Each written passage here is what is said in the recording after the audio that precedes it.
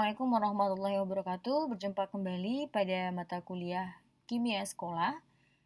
Pada kesempatan kali ini kita sudah memasuki pertemuan ke-9. Nah, pada pertemuan ke-9 ini kita akan membahas jawaban dari soal-soal yang sudah saudara kirim, yaitu mengenai kesetimbangan kimia. Ya, kita bahas mengenai kesetimbangan kimia. Oke. Ini ada 5 soal yang sudah dikirim ke saya dan akan kita bahas pada kesempatan kali ini. Kita langsung saja ya. Yang pertama, ini soal SNMPTN ya. Perhatikan reaksi berikut. 2NO2 gas menghasilkan 2NO gas ditambah O2 gas. Tekanan gas NO2 mula-mula adalah 0,5 atm. Jika saat kesetimbangan tercapai, tekanan total sistem adalah 0,732 atm, maka tekanan parsial NO adalah. Nah, hal yang perlu saudara lihat di sini adalah yang NO2 di sini itu adalah 0,5 atm, ini kan mula-mula. Nah, yang diketahui tekanan total sistem itu adalah saat kesetimbangan. Artinya di sini ya, berarti kita harus menentukan tekanan parsial NO ini pada saat kesetimbangannya nanti, karena kan NO itu sebagai produk. Nah, untuk menyelesaikan masalah ini ya, soal ini kita tulis dulu reaksinya. 2NO 2 gas menghasilkan 2NO gas ditambah O2 gas. Nah, di sini perlu saudara lihat ya, kita buat dulu mula-mula reaksi setimbang. Ini saya garis ya. Oke. Nah, tadi mula-mulanya itu kan ini 0,5 atm. Kita ambil ini untuk tekanan ya. Langsung 0,5 atm. Nah, berarti ini kan berarti ada yang terurai atau terdisosiasi. Sehingga terbentuklah nanti ada berapa tekanannya pada saat kesetimbangan. Nah, tekanan total itulah yang 0,732. Nah, ini kita misalkan saja ya. Kita misalkan di sini tekanan total ya saat kesetimbangan tekanan total saat kesetimbangan. Maksud saya itu tekanan pada saat terdisosiasi atau pada saat reaksi itu, misalnya ini saya buat 2x atm. Karena ini koefisiennya 2. Nah, karena kalau saya buat 1 sini x saja, nanti O2 ini jadi setengah kan, supaya tidak berbentuk pecahan, maka ini saya buat 2x. Nah, maka di sini tentu juga 2x.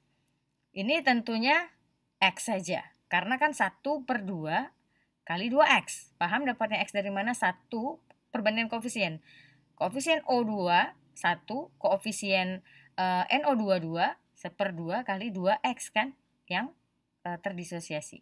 Nah, maka di sini jadinya di sini pada saat kesetimbangan adalah 0,5 dikurang 2x, kan begitu. Maka di sini ini 2x, ini x. Nah, ini semuanya ini adalah tekanan total sistem. Nah, maka di sini kita buatlah tekanan total sistem P total itu pada saat kesetimbangan adalah 0,5 kurang 2x, kan seperti itu, ditambah 2x ditambah x.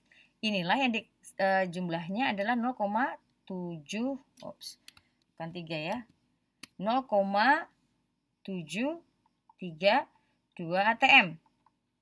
Nah, ini ketika kita lihat di sini, ini min 2x, ini 2x, maka ini bisa kita coretkan, cerot. Maka di sini hasilnya 0,5 ditambah x. Nah, sehingga di sini jadinya apa? Maka di sini jadinya x ya sama dengan 0,732. Ini satuannya saya kurung begini aja lah ya. Untuk biar tahu satuannya itu adalah atm. Maka di sini x itu sama dengan 0,732. Nah, ini dikurang dengan 0,5. Ini saya kurung saja untuk satuannya atm. Maka dapatnya adalah 0,232. Kan begitu. Nah, di sini yang ditanya adalah tekanan parsial NO. Maka tekanan parsial NO berapa? Tekanan parsial NO itu adalah 2x. Maka di sini tekanan PNO itu sama dengan 2 kali x, kan gitu. 2x berarti sama dengan 2 kali 0,232 atm. Ini satuannya lupa ya. Nah, maka di sini jadinya atm, 2 atm, maka dapatnya adalah 0,464 atm. Nah, inilah jawabannya. Jawabannya adalah C.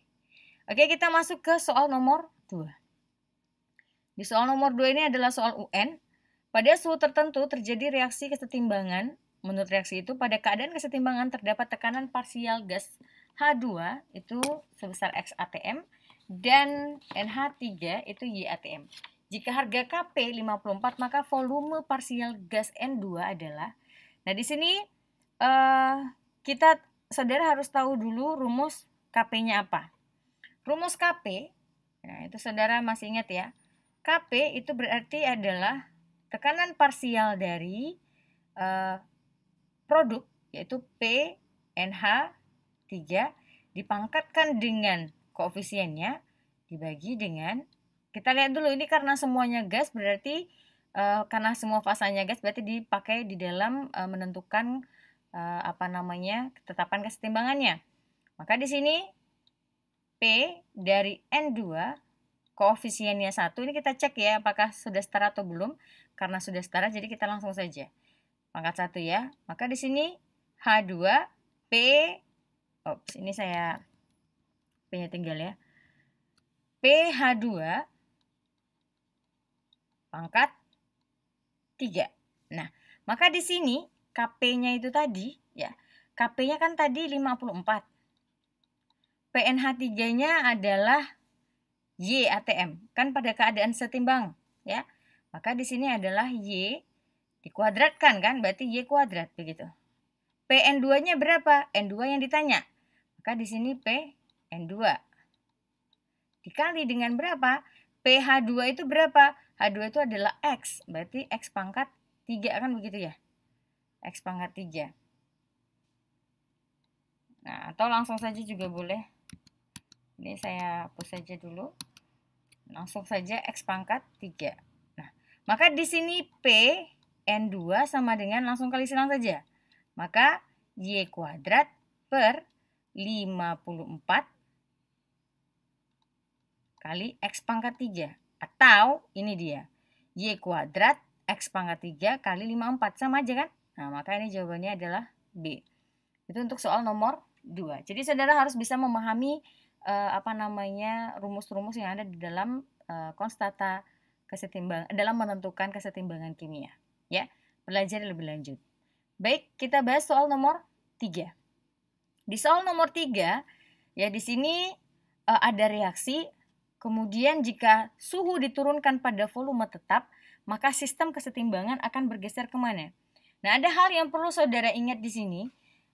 Beberapa faktor yang mempengaruhi laju reaksi harus saudara hafalkan. Nah, karena ini yang yang dibahas mengenai suhu, ya volume, nanti saudara baca sendiri lagi ya. Saya membahas soalnya saja, nanti saudara lebih tekankan lagi, lebih pelajari lagi. Itu ada pengaruh konsentrasi, ada pengaruh volume, ada pengaruh tekanan, ada pengaruh suhu. Nah, di sini ya, jika suhu diturunkan maka volume tetap diturunkan pada volume tetap, artinya volume tidak akan mempengaruhi, maka kesetimbangan akan bergeser ke arah mana? Nah, di dalam faktor-faktor yang mempengaruhi laju reaksi, ya, itu ada pengaruh suhu. Ketika suhu dinaikkan, maka tetapan kesetimbangan akan bergeser ke arah reaksi endoterm. Nah, ketika suhu diturunkan, maka reaksi akan akan bergeser ke arah reaksi eksoterm. Nah, kita lihat di sini. Di sini ya, ini min X, delta H-nya min X, artinya ini adalah eksoterm. Karena ini adalah eksoterm, berarti dia suhu diturunkan. Kalau suhu diturunkan tadi kan ke arah eksoterm, berarti ke kanan. Karena ke kanan, nah berarti yang D dan E ini bukan. Ya, pasti jawabannya kalau nggak A, B, atau C. Sekarang kita lihat, kalau arahnya ke kanan, tentu konsentrasinya bertambah nggak? Iya, jelas. Maka di sini lihat, yang A itu kanan, tapi konsentrasi N2-nya berkurang. Nah, nggak mungkin. Yang B itu konsentrasi N2-nya bertambah. Berarti ini jawabannya kan begitu. Kita cek dulu C ya. Kanan, konsentrasi N2 tetap. Karena dia bergeser ke kanan, otomatis konsentrasi N2-nya juga jadi akan bertambah kan begitu. Ya. Inilah untuk soal nomor 3. Ya. Selanjutnya kita bahas soal nomor 4. Diketahui reaksi berikut, pH yang dimiliki larutan BOH 0,001 molar dalam air adalah. Nah, di sini hal yang perlu saudara ingat, di sini ada BOH 3. Di sini ada BOH 4-. Nah, BOH 3 itu adalah asam lemah. Ya. Jadi BOH 3 itu adalah asam lemah. Nah, saudara masih ingat cara mencari rumus pH asam lemah? Cara mencari rumus pH asam lemah, ya, itu caranya adalah berarti kan kalau asam itu konsentrasi H+ ya. Konsentrasi H+, salah satunya itu adalah Ka, kan begitu. Ka dikali dengan Ka dikali dengan molar. Nah, karena di sini ada Kc, maka ini konsentrasinya, maka ini bisa kita katakan sebagai tetapan asamnya, ya kan? Nah, ini kan ketetapan kesetimbangannya, maka ini dapat kita jadikan sebagai Ka-nya. Maka di sini langsung saja, Ka berarti 10⁻⁹. Molaritasnya berapa? Ini kan 0,001 sama dengan 10⁻⁴. Maka ini akarnya berapa? Dapatlah di sini 10⁻⁴. Akar 10⁻⁴. Maka di sini jadinya 10⁻⁶.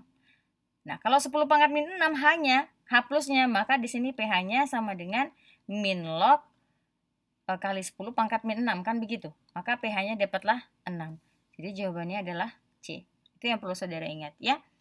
Oke, selanjutnya soal nomor 5. Nah, soal nomor 5. Ini saya turunkan dulu soal nomor 5-nya ya. Terlalu mepet ke bawah. Oke, soal nomor 5 di sini jika pada ya bla bla bla bla bla, jika pada suhu tersebut Kp sama dengan A, tekanan dalam ATM, maka tekanan total dalam wadah ya dalam ATM adalah. Nah, di sini kita perlu lihat ada Kp. Kita buat dulu rumus Kp apa? Kp tadi saya sudah katakan tekanan gas itu hanya untuk fasa gas saja. Tekanan itu hanya untuk fasa gas saja. Fasa selain gas tidak kita masukkan ke dalam persamaan tetapan kesetimbangan. Coba perhatikan di sini, NH4Cl itu adalah solid. Maka ini tidak kita masukkan ke dalam persamaannya atau dalam perhitungan kesetimbangannya. Maka di sini persamaan kesetimbangannya yaitu adalah PNH3 dikali, karena ini tidak koefisiennya 1, maka dikali dengan PHCl, kan begitu ya.